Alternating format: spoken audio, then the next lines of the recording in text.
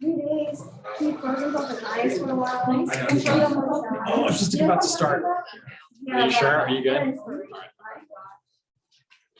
All right.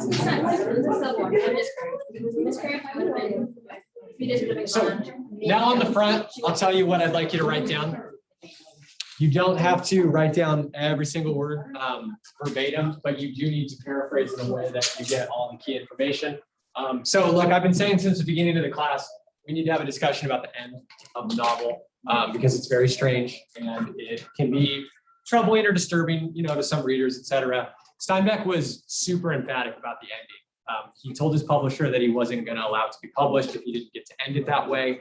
They fought with him. You guys know that the 1930s, 1940s was a different time for what's appropriate for culture, television, books, etc. So for him to say, this is how I want to end my book, if it ruins it as a success, I don't care. We know that not to make the authorial intention error, but we're not trying to guess what was in Steinbeck's head, but we do know that the ending is important. So looking at the book, looking at the novel, thinking through the beginning, the middle, and the end, the way that the book ends, does anyone have any theories for why we need this very strange scene?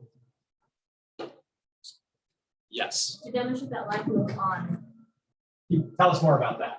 Because even though Rosa Shawn is in the moment of the shot, I mean, the baby's dead, but she has to like push herself to move on no matter what. This is a moment of her changing as a character and not being that naive little girl that she was prior to this work.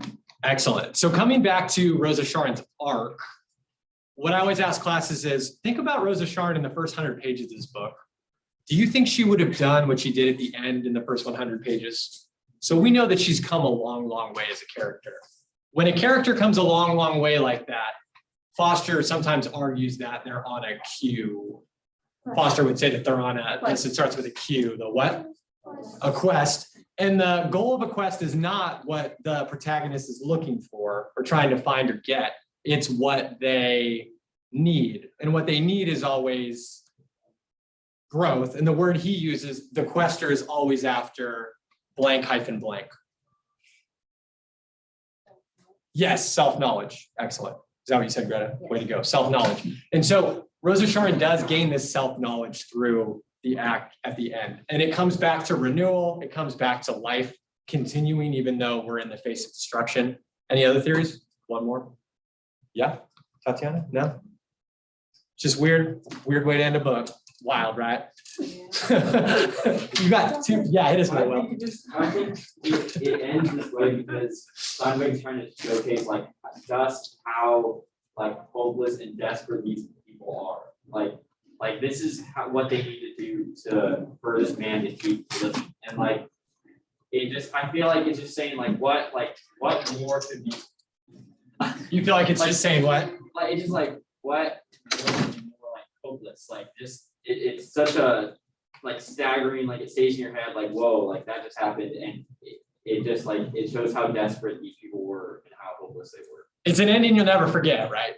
That's for sure. And if you're trying to show desperation, when you're in a situation where a woman is breastfeeding a starving man, adult man, you know that you're in a pretty desperate situation. That's fair. All right, yes. Also, as Foster had mentioned, it's the act of communion because she's feeding this man who is sick in a very intimate fashion as well. Yeah. Like it's a very intimate position to be in as a mother. That's true. Yeah, excellent.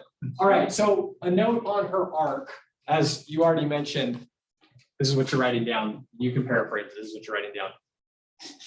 She starts the book as this naive, selfish, very like idealistic, immature character.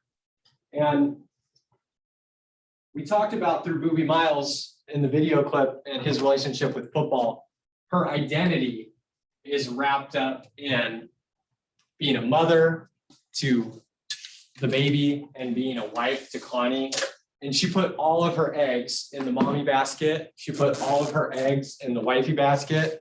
She was really excited to have like a Ford Explorer with a mama bear sticker on the back. She was getting ready for wifey life. And when all that gets taken from her, she has this rupture with her identity. So it's just like if you are like a superstar soccer player and your parents are always pushing soccer and you love soccer and then you tear that ACL and you can't play soccer anymore, you're gonna have a rupture with your identity. You're gonna have to figure out a new identity.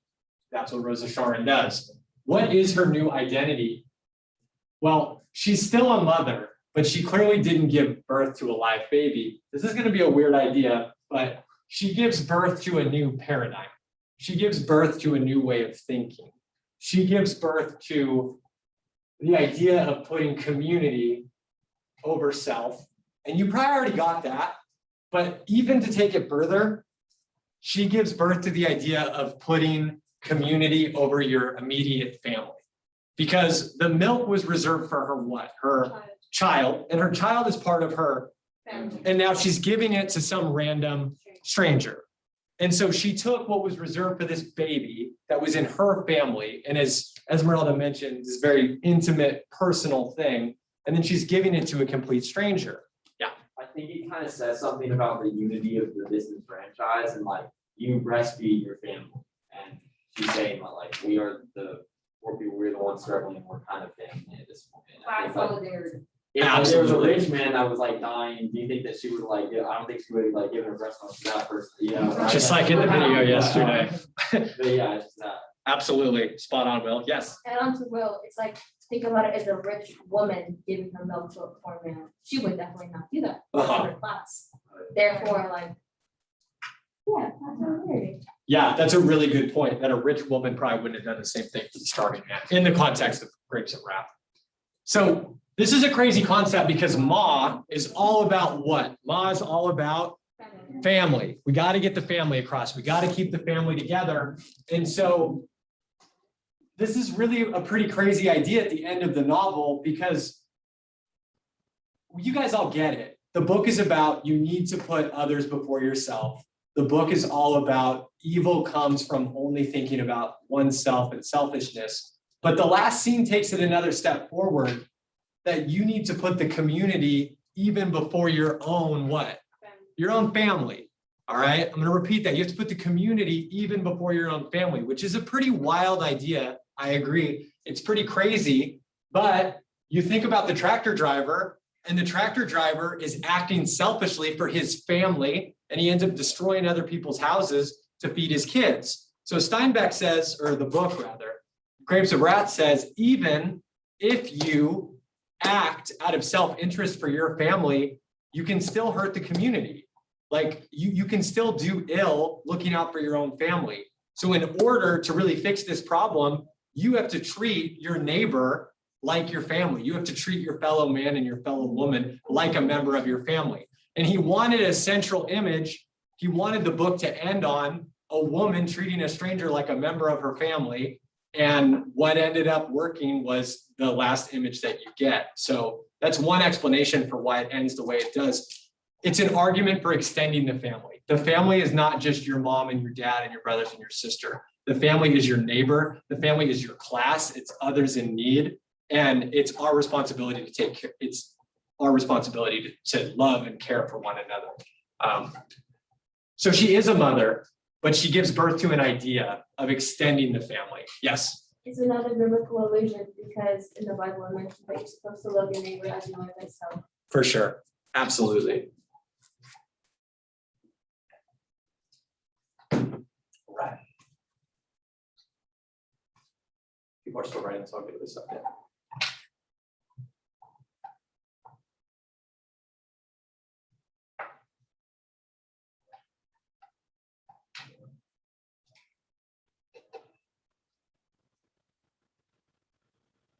And I know the book is long, but the book is long because it gives such a balanced and realistic perspective. Like another example of this type of behavior, you guys remember On the Road when the Jodes meet the Wilsons, and the Wilsons let Grandpa do what?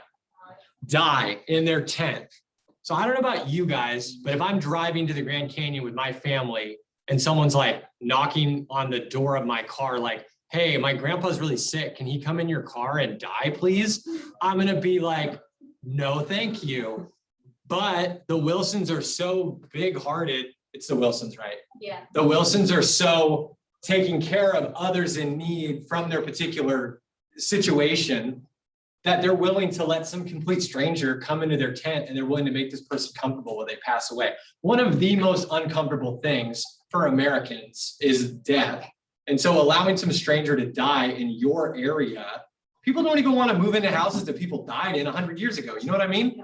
And to bring somebody in and allow them to die in your personal space is a tick for the box of people treating strangers like family. This too is an example of that. And then you also see the cafe, the diner scene where the waitress gives the kids the candy at the reduced price and doesn't tell the man the truth. So you get these immense bubbles of generosity and selflessness. And then you also get these immense bubbles of selflessness, and you have the fruit being poisoned. You have, the people with the labor contracts driving down the prices, even though families are starving. You get this push and pull, right? You get this balance in the book. You can't make something that complex in 100 pages. That's why it's so long, because Steinbeck wanted to tell the whole story, and it takes a while to tell the whole story. All right. What's that? Okay. So I was just saying, because I'm pretty sure like Natalie spoke with our things about how long this book was and how it's unnecessary and so. Oh, yeah, I think I kind of roasted her, honestly. Yeah, You roasted her? I kind of like, yeah. What was your You know, roast? I was just saying that, I don't remember. I said something like, I was just saying that like, it was necessary to be that long, and she was complaining because it took such a long time to get to California. Uh-huh. And I was saying, well, like, it needed to take a long time to get to California because the whole point is that like, they go to this state and they get exploited or screwed over. They go to this state, and it happens again. And like, the whole time they're thinking, well, it's gonna be different in California. And then they go to the next state, they get screwed over, they're like, it's gonna be different in California, and then it gets to California, it's not. It's like all that buildup is necessary. Uh-huh. So I think that was like my. Oh, you hit the nail on the head. I'm glad you roasted her. I mean, so did people, everyone was arguing about their too long. Oh, okay. What did Bebout say about Grapes of Wrath? You have just read the book for some reason, I don't remember what it is. What a psycho. Yeah. Oh, he talked about it in his class? No, we told him to read it so we could talk about it and he did. and Wow. that's what we were doing. That's It's awesome. Bebout, though. What does that mean? It means like if we ask him to like read a book to talk about it with us, he'll read it. That's so cool. That's awesome. Big ups to Beebs. That's what KB calls it, Beebs. Just like Justin Bieber. All right. Super Bowl, You got to get on board with the Garden of Eden because it's going to continue to come up throughout the poetry that we read this year. And it's the number one illusion. You see snakes, you see apples, you see gardens, you're getting imagery from the Garden of Eden. So the first thing you need is just a basic summary of the story. Everybody should leave this course being able to give the basics of the story. So it's fairly simple. God creates a perfect place for man and woman. And in the perfect place, there's no pain, there's no struggle, there's no disease, there's no fighting, there's no conflict. If you guys have seen like illustrations of it, there's like waterfalls and all the animals are in harmony and there's tropical birds and it's paradise. There's a perfect relationship between creator and creation. And even God comes down in the evening and he'll commune with Adam and Eve, and like they have this really intimate, beautiful relationship with their creator. But there's one rule: you don't eat from the tree of knowledge of good and evil. So in the center of the garden, there is a tree, and the tree has fruit. And if you eat the fruit, you have knowledge of good and evil. Who decided good and evil before Eve ate of the apple? The creator. All right. So who decided what's good and what's evil before they ate of the apple? The creator. Well, introduce the snake or the serpent, convinces Eve to eat of the apple. She does. And now you have guilt and shame in the garden. What do you do with guilt and shame in the garden? Adam and Eve hide from God because they're embarrassed that they broke his rule, and they sew clothes because they feel shameful about their bodies, whereas before they used to just run around naked because it's just like little kids, you know. Little kids don't understand that it's indecent to run around naked. They don't have like the intellectual faculties to realize that it's not appropriate to run around naked, right? Until they get older. And then you start to see kids of a certain age, they start to be embarrassed and they want to put on clothes because they understand it's not okay to be naked around people, right? Same idea. And the perfect relationship is broken. I might have gotten to this with this class. I can't remember when I finally started to explain this. Why is this such a fundamental story? Why is this such a fundamental story for everybody? It's an important story for you and me and that guy out there. Look. And the principal of the school and president of the United States and secretary of state and some guy that lives in Australia whose name is like, what's a good Australian name? Bobby. Josh or Wally? I said Bobby. Foggy? Yeah, this sounds funny. Bobby. You say it literally accent, it's funny. Bobby. It's fundamental because everyone moves from having good and evil defined for them to having, there's a new piece of information. No. No! Everyone has to move from having good and evil defined for them to having to define it for themselves. So I'm going to use mom and dad, but I know that everybody has their own situation. Maybe you weren't raised by a mom and a dad, but I'm going to use mom and dad. You're born and you kind of, I know if your living circumstances are normal, you kind of live in a little perfect world, right? Mommy and daddy love you, they feed you, they give you baths, they take care of you, they bring you toys, they snuggle you. Like I think of my son, little Benjamin, and like his little life is like little perfect. Like he hits his head and like he has accidents and like he gets upset, but it's like when you really think about what his world is, it's our house and his school and our cars, and that's pretty much it, especially during COVID. And he lives in this little bubble, and like everything is controlled for him, everything like is directed for him, and he lives in this little protected space, right?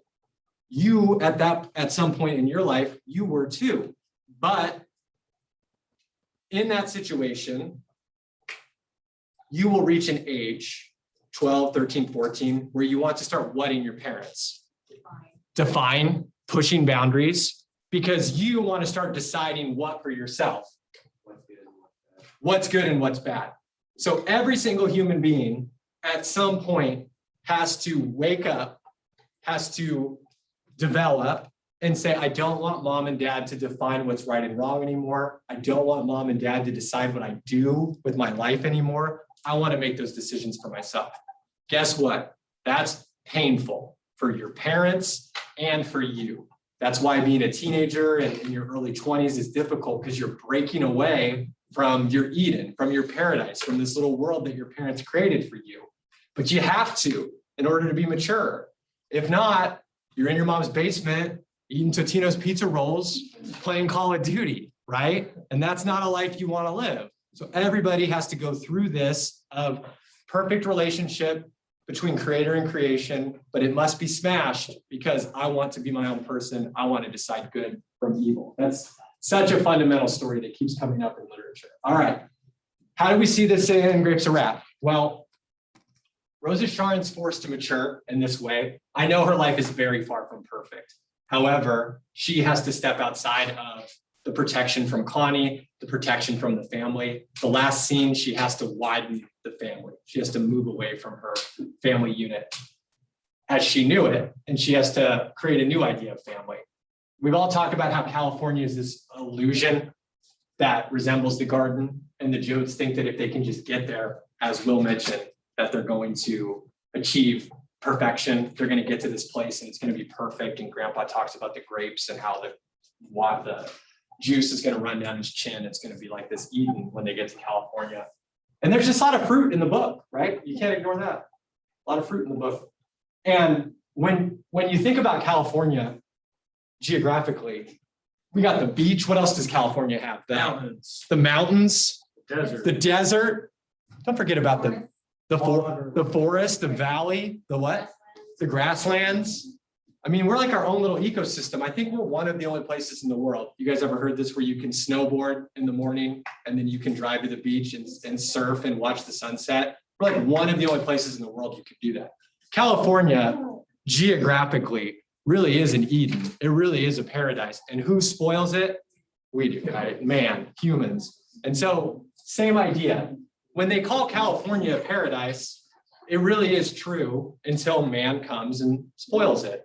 So some people argue, well, we should all just leave California and humans should let the paradise regenerate. But it's like, what's the point of having a paradise if humans can't enjoy it? We're all gonna live in Wyoming. And then it's like, what are we gonna do? Watch videos of drones flying over California? Like, look how beautiful that is. Oh, it's perfect. I can never go there.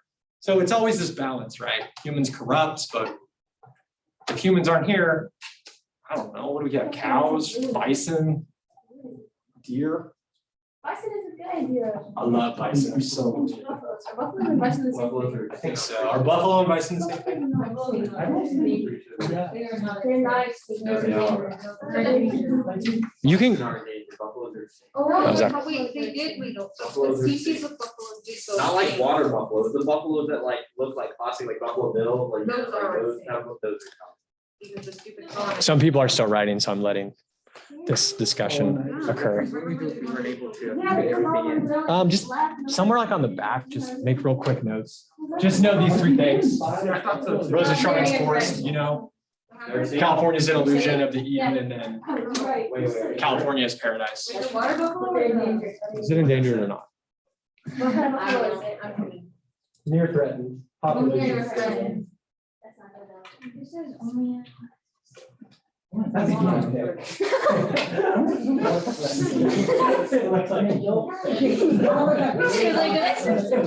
That's American bison. Guinea pigs are possible. Greta, that's American bison. Water buffalo. All right. Last one, and the slides got out of order. I know a lot of writing today, but I won't torture you tomorrow. Okay. So- That's okay. When I talk with students and I ask them to talk about the relationship between man and technology in the book, they'll give me this answer, which is okay, but it's not great. Technology's bad, tractors are bad. By industrializing the area, they destroyed everything. Like Steinbeck is trying to say that industrialization is bad. Okay, that's good. It's good, but that's it. That's all it is. It's good. So I'm going to try to bring it to a higher level above tractor bad, industry bad, mechanical gears are bad.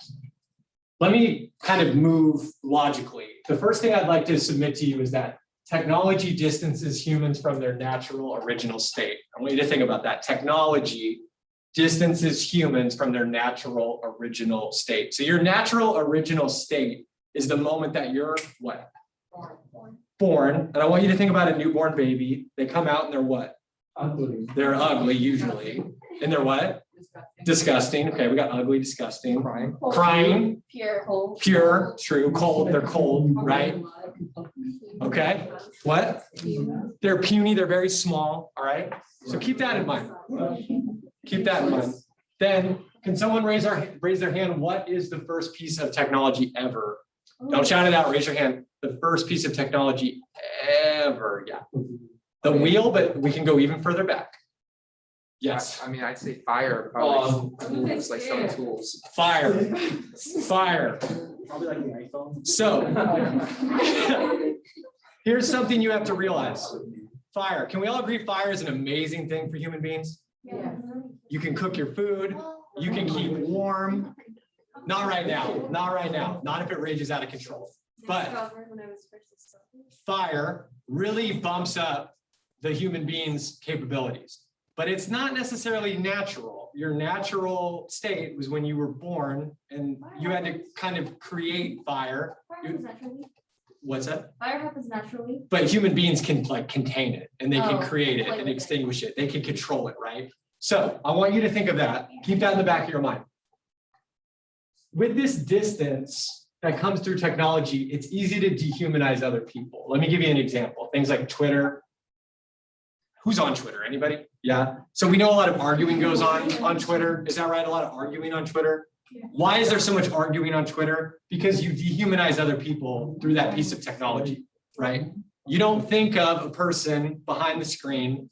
You're just sending comments and you might be taking digs or saying things that are nasty. And you're not thinking about the person on the other side of their screen receiving that information. Let me give you an even more darker example. Think about a drone strike. If we were in the Revolutionary War and I wanted to kill you, I needed to be pretty close to you because I either had a musket, which really doesn't shoot very far, or I have a bayonet. So if I'm going to take someone's life in a war like the Revolutionary War, I'm going to need to be very close. And I'm going to be very aware and cognizant of what I'm doing. I'm taking another person's life. A drone strike very closely resembles a what? A video game. And you put on the VR headset and you use the controller to fly the thing to its target. And then you see the explosion on the little screen and then target eliminated. You hang up the phone. You guys see the removal through the technology, you see the dehumanization. All right. When Steinbeck talks about technology, he focuses on tractors, banking practices, automobiles. These create gigantic farm enterprises that displace the individual. Here's where it gets interesting. When we create problems with advanced technology, they're tenfold more difficult to solve than the ones created by man alone, because it becomes more abstract. Evil becomes harder to identify, locate, and therefore combat. Let me give you an example. Here, come up here, help me out. Yeah, we're both cavemen. Hold on to that.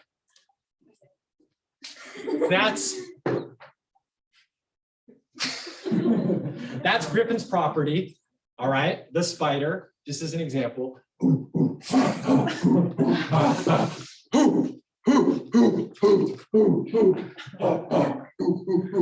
What has just occurred?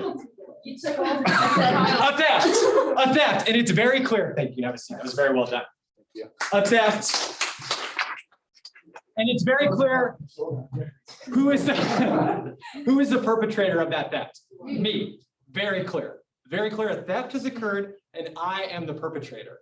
What is the modern theft that goes on? Well, here's the deal, bro. You give me like $10,000 and then I'm going to invest it for you. And then you're going to get 8.6%. I'm going to get 0.13%, but mine's APR and yours is POW. And so it's going to be a little different. And so, I mean, basically you're going to make a lot of money. It's going to be all good, but I need you to give me the 10.